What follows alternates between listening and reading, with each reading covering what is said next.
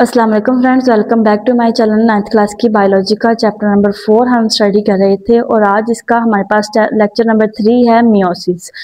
Previous lectures में हमने जो है वो सेल की डिवीजन के अंदर देखा कि मुख्तलिफ फेजेस में से गुजरता हुआ सेल एक स्टेज पे आता है कि जब वो इस कैपेबल हो कि वो डिवाइड कर सकता है।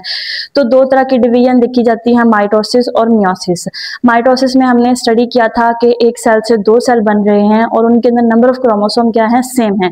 लेकिन मियोसिस एक ऐसी डिवीजन है जिसके अंदर एक सेल से चार सेल बनेंगे और नंबर ऑफ क्रोमोसोम क्या हो जाएंगे, हाफ हो जाएंगे। इसकी अगर हम डेफिनेशन देखें, 4 डॉटर सेल आर फॉर्म, चार सेल बनेंगे फ्रॉम सिंगल सेल, एक सेल से चार डॉटर सेल बनेंगे and number of chromosome is reduce to half, और नंबर ऑफ क्रोमोसोम क्या हो जाएंगे, हाफ रह जाएंगे।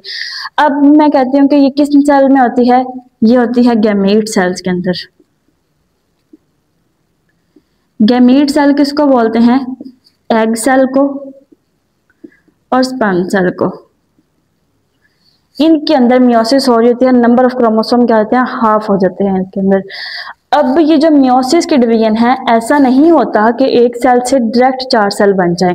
यानी कि अगर मैं कहूं कि ये एक सेल है और इससे आगे ऐसे चार सेल बन रहे हैं, तो ये कंसेप्ट क्या है, रॉन्ग है, ये टोटली गलत है। पहले एक सेल है पेरेंट सेल, उससे दो सेल बनेंगे, उन दो सेल के अंदर आगे फिर दोबारा डिवीजन होगी और फिर वहां से बनेंगे चार सेल। ये होता है मियोसिस का प्रोसेस। और इसके अंदर नंबर ऑफ क्रोमोसोम, ये तो हो गया डिवीजन का प्रोसेस कि ये इतना पार्ट हमने देखा कि सिंगल सेल से चार डॉटर सेल बन गए। नेक्स्ट पार्ट है number of chromosome reduce to half. Number of chromosome कैसे हाफ होंगे कि यहाँ पे सपोज मैं कह देती हूँ कि चार क्रोमोसोम है आपके पास, जब ये पहली दफा डिवाइड करेगा तो यहाँ पे क्रोमोसोम हाफ होके दो रह जाएंगे। फिर जब ये नेक्स्ट डिवाइड करेंगे तो ये अपने सेम नंबर ऑफ क्रोमोसोम आगे भेजेंगे। अब आप लोग ये देखें कि एक पेरेंट है, चार डॉटर सेल बन रहे हैं, पेरेंट के अंदर जो क्रोमोसोम है उसका हाफ, उसका आधा हमारे पास क्या है, डॉटर सेल्स के अंदर आया है। ये होती है मियोसिस। अब हम देखेंगे कि इसके कौन कौन से स्टेजेस हैं। दो स्टेजेस होते हैं, एक होती है मियोसिस 1, एक होती है मियोसिस 2। ठीक है, मियोसिस 1 के अंदर क्या होता है कि क्रोमोसोम जो है वो हाफ हो जाते हैं, लेकिन मियोसिस 2 बिल्कुल माइटोसिस की कॉपी है कि वो अपने जैसे चार सेल और बनाएगी, क्योंकि क्रोमोसोम के नंबर तो वैसे ऑलरेडी ही हाफ हो चुके हैं। तो इसको हम स्टडी कर लेते हैं। सबसे पहले हमारे पास है मियोसिस 1। मियोसिस 1 के अंदर क्या होता है कि जो पेरेंट सेल है वो डिवाइड करेगा और दो सेल्स बनाएगा और उनके अंदर नंबर ऑफ क्रोमोसोम क्या होंगे, हाफ होंगे as compare to the parent cell. For example यहाँ पे आप ये देखें कि यहाँ पे पेरेंट के पास चार जो है वो होमोलोगस क्रोमोसोम की डबल सिस्टर क्रोमेटिड्स हैं, लेकिन जब ये डिवाइड होता गया सारे प्रोसेस के बाद यहाँ पे कितने बच गए, यहाँ पे दो बच गए। ये हमारे पास क्या होता है, प्रोसेस होता है मियोसिस का। तो अब हम इसको स्टडी कर लेते हैं मियोसिस 1 को। माइटोसिस की तरह इसकी भी आगे चार फेजेस होती हैं। पहली होती है प्रोफेज, लेकिन इसको हम प्रोफेज 1 का नाम देंगे क्योंकि जब मियोसिस 2 होगी तो उसके अंदर प्रोफेज 2 आएगी। फिर उसके बाद आती है हमारे पास मेटाफेज। मेटाफेज भी 1 है, एनाफेज है और टीलोफेज, ये भी क्या है, 1 है। अब इसको अगर हम वन बाय वन स्टडी करें, सबसे पहले आती है प्रोफेज। जो बेसिकली चेंजिंग आ रही है माइटोसिस और मियोसिस में वो यहाँ से स्टार्ट हो रही है। प्रोफेज से ही जो है वो डिफरेंस आना शुरू हो जाता है। हमने देखा था कि एक सेल होता है, उसके अंदर मौजूद होता है क्रोमैटिन मौजूद होता है, न्यूक्लियोलस मौजूद होता है, उसके अंदर सेंट्रोसोम मौजूद होती है। और जब वो क्या करना है, जब उसने डिवाइड करना है, वो अपने इसको डुप्लीकेट कर लेता है क्रोमैटिन मटेरियल को और कंडेंस होके एक इस तरह के स्ट्रक्चर को ले लेता है जिसको हम क्या बोलते हैं, ये क्या है, क्रोमोसोम है। ठीक है, दो सिस्टर क्रोमैटिड्स बन गई इसके अंदर। तो क्या होगा कि जब ये इस कंडीशन से इस कंडीशन में चला गया, ये न्यूक्लियर इनवेलप जो है वो डिसअपियर होना शुरू हो गया। ठीक है, तो ये क्रोमोसोम क्या करते हैं, ये दो पेयर जो हैं, मतलब दो पेयर हमारे पास मौजूद हैं, पेयर अप हो जाते हैं ये और टेट्राड बनाते हैं। यानी कि एक ये मौजूद है, एक इसके साथ और आ जाएगा,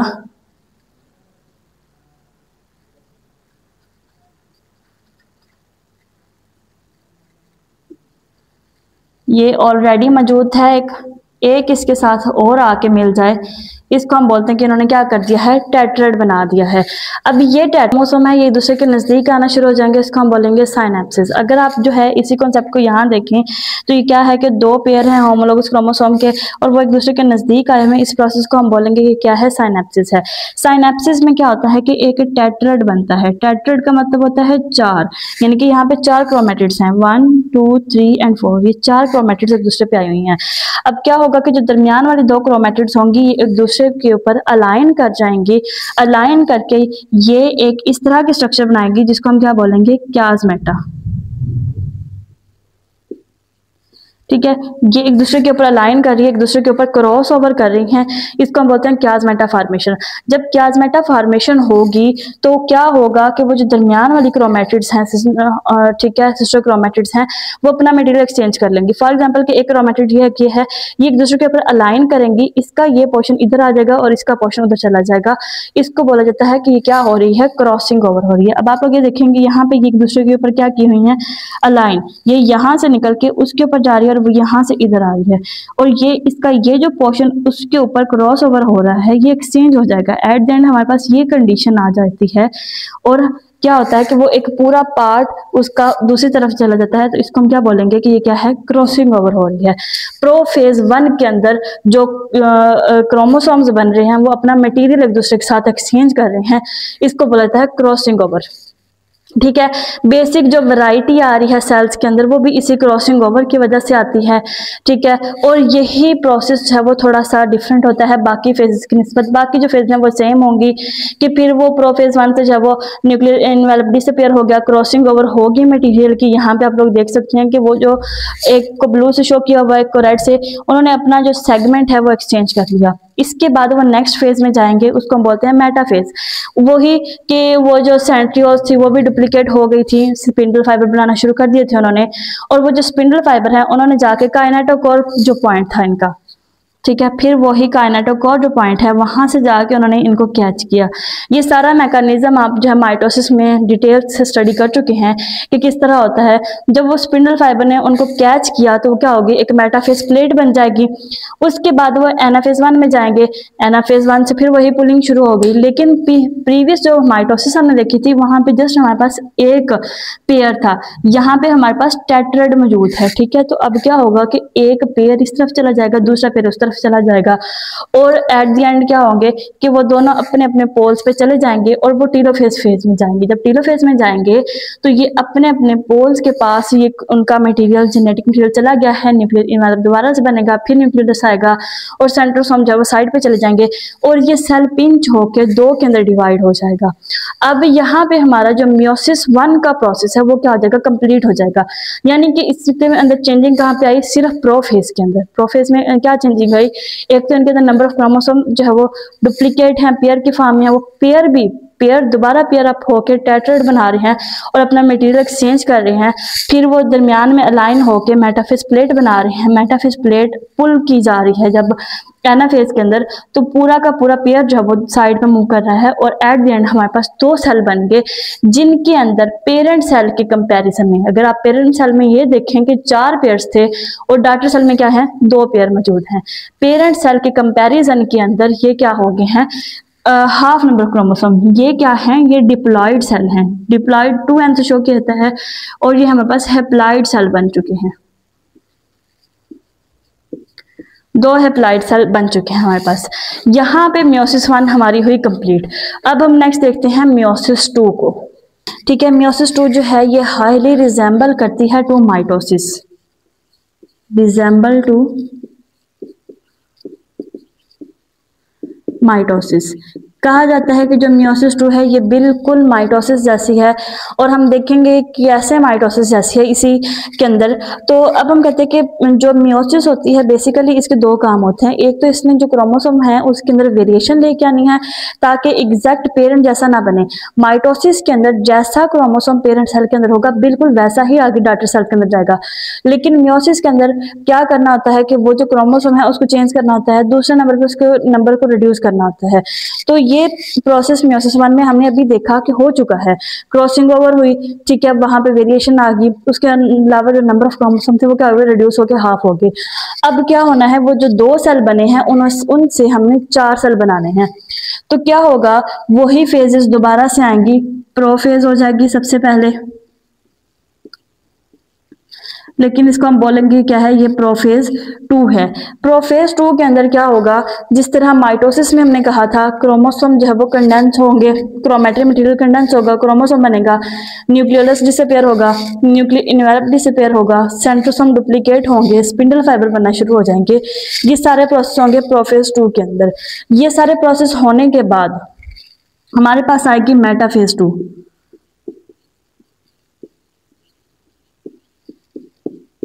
मेटाफेज 2 के अंदर क्या होंगे कि वो जो क्रोमोसोम बने हैं और जो स्पिंडल फाइबर बने हैं, स्पिंडल फाइबर उसको काइनेटोकोर के पॉइंट से अटैच जो है वो पकड़ लेगी जाके, और क्या करेगी, उसको दरमियान में लाइन कर देगी और एक प्लेट बनाएगी जिसको हम बोलेंगे वो क्या है, मेटाफेज प्लेट है। अब ये जो आपको चेंजेस नजर आ रहे हैं इसके अंदर, ये ऑलरेडी मियोसिस 1 में हो चुके थे, ये मियोसिस 2 के अंदर नहीं होंगे। मियोसिस 2 जस्ट वो ऐसे ही चलती रहेगी जस्ट लाइक माइटोसिस, ठीक है। अभी जो सेंटर के अंदर उसको अलाइन करेंगे वो पेयर होमोलोगस क्रोमोसोम्स को, ठीक है, उसके बाद वो एंटर हो जाएंगे एनाफेज के अंदर।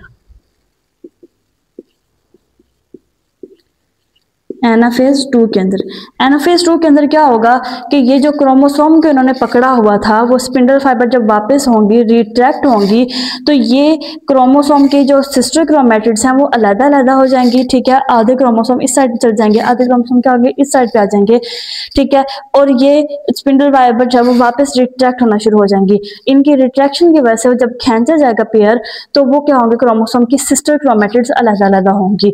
इसके बाद ये जाते हैं टीलोफेज 2 के अंदर।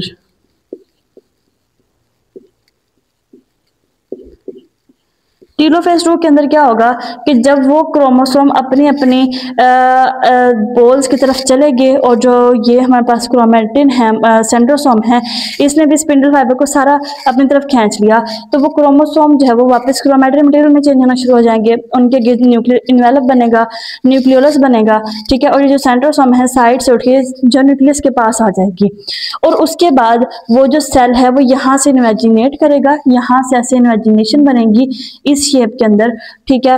और यहाँ पे जो है वो क्या करेगा, ये इन्वेजिनेशन डीप होती होती होती होती इन सेल को आगे डिवाइड कर देगा, और इससे आगे जो है वो इस तरह की फॉर्म में ये 4 सेल हमारे पास बन जाएंगे। ये जो है वो लार्ज साइज में बनते हैं, तो ये 4 सेल हमारे पास बन गए, और इनके अंदर ये जो मटेरियल था ये क्या हो जाएगा, न्यूक्लियस के अंदर जाके इस तरह क्रोमैटिन की फॉर्म में। अगर मैं यहाँ इनको बनाऊं, ये सेल बने, ये न्यूक्लियस है, और ये वापस क्या होगा, क्रोमैटिन मटेरियल में, यानी क्रोमोसोम की स्ट्रक्चर ओपन हो जाएगी। यहाँ पे हमारा जो मियोसिस का प्रोसेस है वो कंप्लीट हो गया। इसके अंदर हमने देखा कि 2 डिवीजन हो रही है, मियोसिस 1 हो रही है, मियोसिस 2 हो रही है। मियोसिस 1 के अंदर सारी वही phases, prophase 1, metaphase 1, anaphase 1, telophase 1। Changing कहाँ आ रही है, प्रोफेज के अंदर, मियोसिस 1 की प्रोफेज के अंदर, कि वहां पे टेट्राइड बन रहा है साइनेप्सिस के प्रोसेस के थ्रू, और उस टेट्राइड के अंदर क्रॉसिंग ओवर से जेनेटिक मटेरियल चेंज हो रहा है। फिर उसके बाद मेटाफेज प्लेट बन रही है। यहाँ पे हमारे पास मियोसिस के माइटोसिस के अंदर हमने देखा था कि एक पेयर जो वो होमोलोगस क्रोमोसोम होता है, लेकिन वहां पे पेयर ऑफ होमोलोगस क्रोमोसोम मौजूद होता है। और उसके बाद जब एनाफेज है, हमने माइटोसिस में देखा था कि यहाँ पे सिंगल जो है वो सिस्टर क्रोमैटिड को अपनी तरफ रिट्रैक्ट करता है, लेकिन मियोसिस 1 के अंदर यहाँ पे होमोलोगस क्रोमोसोम को रिट्रैक्ट करेगा, और यहाँ पे जब वो होमोलोगस क्रोमोसोम मौजूद होंगे। अगर पेरेंट सेल के अंदर हम कहते हैं, जैसे ह्यूमंस की एग्जांपल लें कि पेरेंट सेल के अंदर अगर 46 क्रोमोसोम होंगे, ठीक है, वहां से 2 डॉटर सेल ऐसे बनेंगे जिनके अंदर 23 नंबर ऑफ क्रोमोसोम हो। फिर वही डॉटर सेल आगे डिवाइड करेंगे और उनके अंदर 23 क्रोमोसोम्स आएंगे। फर्स्ट डिवीजन जो है वो मियोटिक डिवीजन है, सेकंड डिवीजन क्या है, माइटोटिक डिवीजन है, कि पहली के अंदर नंबर ऑफ क्रोमोसोम रिड्यूस हो रहे हैं, लेकिन सेकंड के अंदर नंबर ऑफ क्रोमोसोम क्या रह रहे हैं, सेम रह रहे हैं इसकी तरह के। तो इसके बाद हम देखते हैं कि जो मियोसिस का प्रोसेस है इसकी क्या सिग्निफिकेंस है। सिग्निफिकेंस ऑफ मियोसिस के अंदर हम जो है इसके ये भी देखेंगे कि हमारी बॉडी को फ़ायदा क्या हो रहा है और इसके अलावा नुकसान क्या हो रहा है। सबसे पहले ये आ रहा है इसका फ़ायदा कि ये क्या करती है, नंबर ऑफ क्रोमोसोम को मेंटेन करती है, मेंटेन नंबर ऑफ क्रोमोसोम। किस तरह मेंटेन कर रही है कि अब हम कहते हैं कि ये गैमीट सेल के अंदर मियोसिस हो रही होती है और जब दो गैमीट सेल आपस में मिलेंगे, सपोज कि ये एक एग सेल है और ये एक क्या है, स्पर्म सेल है। जब ये मिलेंगे इसके अंदर भी 23 क्रोमोसोम है, इसके अंदर भी 23 क्रोमोसोम है और इनके मिलने से जो जायगोट बनेगा उसके अंदर 46 क्रोमोसोम क्या आ जाएंगे, वापस आ जाएंगे। लेकिन सपोज कि अगर मियोसिस ना होती, इसके अंदर भी 46 क्रोमोसोम बनते, इसके अंदर भी, तो यहाँ पे क्रोमोसोम डबल हो जाते। फिर इस तरह ये जो है वो मैटर बढ़ता ही रहता और हमारी जो बॉडी है वो नॉर्मल ना रहती। तो इसी वजह से इसी को मेंटेन करने के लिए नेचर ने क्या किया है, मियोसिस को रखा है ताकि वो नंबर ऑफ क्रोमोसोम जब जाए वो नेक्स्ट जनरेशन के अंदर तो क्या हो, वो मेंटेन ही रहें। अब इस जायगोट के अंदर क्या होगी, बार बार माइटोसिस होगी, मियोसिस नहीं होगी। इसके अंदर बार बार माइटोसिस होगी, अपने जैसे ये सेल बनाता रहेगा और वो सेल क्या करेंगे, एक पूरी बॉडी को बना देंगे और उनके अंदर नंबर ऑफ क्रोमोसोम सेम रहेंगे। बट एट द पॉइंट कि जब गैमीट सेल बनने होंगे फिर उसके अंदर दोबारा क्या होगी, मियोसिस होगी। प्लांट्स के अंदर भी ऐसा होता है कि गैमीट्स बनते हैं, ठीक है। वो क्या होता है कि इनके जो फ्लावरिंग प्लांट्स होते हैं उनके अंदर स्पोर्स बनते हैं। वो स्पोर जब फ्लावर के अंदर जाके डिवेलप होते हैं, उन स्पोर से आगे गैमीट्स बनते हैं और उन गैमीट के फ्यूजन के बाद जो है वो जायगोट बनता है। वो जायगोट फिर बार बार डिवाइड करता है और हमारे पास क्या होता है, एक न्यू जो प्लांट है उसकी पूरी स्ट्रक्चर बन जाती है। तो ये हमारे पास है कि नंबर ऑफ क्रोमोसोम जो है वो क्या हो रहा है, मेंटेन हो रहे हैं। वरना अदरवाइज ये कि अगर माइटोसिस ही होती तो ये नंबर ऑफ क्रोमोसोम क्या थे, बढ़ते जाने थे। उसके बाद है हमारे पास जीनेटिक डाइवर्सिटी। जीनेटिक डाइवर्सिटी अब ये क्या करती है, मियोसिस की वजह से हमारी जो क्रोमोसोम है उनके अंदर क्या हो रही है, क्रॉसिंग ओवर हो रही है। क्रॉसिंग ओवर के थ्रू क्या है, चेंजिंग आ रहे हैं, क्रोमोसोम चेंज हो रहा है। जो जेनेटिक मटेरियल है जिसने पूरी बॉडी बनानी है, स्ट्रक्चर बनानी है सारी, आई का कलर है, हेयर कलर है, ठीक है, स्किन का कलर है, स्किन टेक्सचर है, हाइट है, ये सारे जो चीज़ों को मेंटेन करना है इनके अंदर कहते हैं शफलिंग हो जाती है। फॉर एग्जाम्पल कि अगर एक रेड रोज है और उसकी जो है वो शफलिंग हो जाती है व्हाइट रोज के साथ, तो एज अ रिजल्ट हमारे पास एक पिंकिश कलर में आ जाता है, यानी कि वो ब्लेंड हो जाते हैं, व्हाइट और रेड कलर ब्लेंड हो जाता है। इसी तरह एनिमल्स के अंदर भी ब्लेंडिंग हो कि क्या होती है, मुख्तलिफ तरह की वैरायटी आती है। इसी वजह से ये है कि एक ही पेरेंट के एक जो है वो सिबलिंग्स क्या होते हैं उनके अंदर आपको मुशाबिहत भी नजर आ रही होती है, ठीक है, वो एक दूसरे के सिमिलर भी नजर आ रहे हैं, लेकिन उनके अंदर जो है वो थोड़े थोड़े लेवल पे डिफरेंसेस भी मौजूद होते हैं। क्यों? क्योंकि उनके जो क्रोमोसोम हैं उनके अंदर क्रॉसिंग ओवर से उनकी जेनेटिक लेवल पे क्या है, डाइवर्सिटी आई है। इसके अलावा हम कहते हैं मियोसिस के अंदर एरर्स भी होते हैं। जिस तरह हम लोगों ने माइटोसिस में पढ़ा था, सेम उसी तरह अगर मियोसिस में एरर्स आ जाएं तो ये क्या होते हैं, बहुत ज़्यादा लीदल होते हैं। इसके अंदर हमने कहा कि जब मियोसिस 1 होगी, मियोसिस 1 में यहाँ पे मेटाफेज एनाफेज 1 के पॉइंट पे यहाँ पे क्या होगा, पूरा पेयर होमोलोगस क्रोमोसोम जो है वो सेपरेट होगा एनाफेज 1 में। लेकिन अगर हम एनाफेज 2 की बात करें तो यहाँ पे जस्ट क्या हो रहे हैं, सिस्टर क्रोमेटिड सेपरेट हो रहे हैं, ठीक है। तो ये इसको बोला जाता है डिसजंक्शन। लेकिन कभी कभी होता है नॉन डिसजंक्शन हो जाती है कि एनाफेज के अंदर यहाँ पे ये सिचुएशन बन जाती है एनाफेज 1 में, जैसे माइटोसिस में हमने देखा था, और एनाफेज 2 के अंदर जो है वो ये सिचुएशन देखने को मिल जाती है हमें। तो इससे क्या, इसको बोला जाता है नॉन डिसजंक्शन, कि जो पेयर है वो सही सेपरेट नहीं हो रहा, ये जो सिस्टर क्रोमेटिड है वो सही सेपरेट नहीं होगी। इससे जो रिजल्टिंग सेल बनेगा उसके अंदर या तो नंबर ऑफ क्रोमोसोम ज्यादा हो जाएंगे या क्या हो जाएंगे, कम हो जाएंगे। फॉर एग्जाम्पल कि यहाँ पे अगर नंबर ऑफ क्रोमोसोम जो है वो 26 हो जाए, ठीक है, और यहाँ पे हो जाएंगे फिर 49, अब जायगोट जितनी दफ़ा माइटोसिस करेगा उन सेल्स के अंदर, सबके अंदर कितने जाएंगे, 49 क्रोमोसोम जाएंगे। और जो है वो उसकी फिजिकल स्ट्रक्चर चेंज हो जाएगी, उसकी फंक्शनिंग चेंज हो जाएगी, और क्या होगा कि बहुत ज़्यादा इश्यूज क्रिएट होंगे। तो ये हमारे पास आज टॉपिक था मियोसिस का, जिसके अंदर हमने देखा कि सेल किस तरह, गैमीट सेल जो है वो किस तरह डिवाइड करते हैं और अपने नंबर ऑफ क्रोमोसोम को रिड्यूस करते हैं, और इसके अलावा क्रॉसिंग ओवर के थ्रू अपने क्रोमोसोम के अंदर क्या करते हैं, ये डाइवर्सिटी लेके आते हैं। वो डाइवर्सिटी जो है, यही नतीजा उस डाइवर्सिटी का है कि आज दुनिया में हमें क्या है कि बहुत डिफरेंट टाइप्स के एनिमल्स देखने को मिलते हैं, डिफरेंट टाइप्स के प्लांट्स देखने को मिलते हैं। इवन दैट ह्यूमन बीइंग, आप नोटिस करें कि जो ह्यूमन बीइंग की फिजिकल स्ट्रक्चर है वो सबकी सेम है, लेकिन स्किन कलर, टेक्सचर, हाइट जो है ये डिफरेंट होने की वजह से वो एक प्रॉपर डिफरेंस हमें हर इंडिविजुअल में नजर आ रहा है। किसके में होने मेहनत, इसी मियोसिस की वजह से। तो मिलते हैं नेक्स्ट लेक्चर में, तब तक के लिए stay connected. Thank you and Allah Hafiz.